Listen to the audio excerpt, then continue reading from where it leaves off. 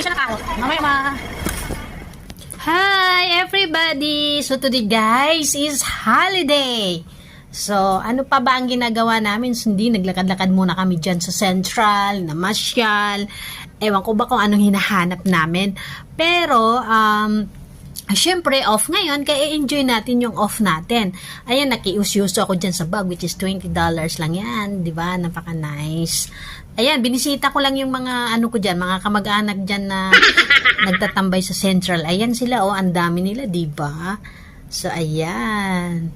So, ito yung mga kapwa nating masisipag na mga kababayan at saka yung sombrero na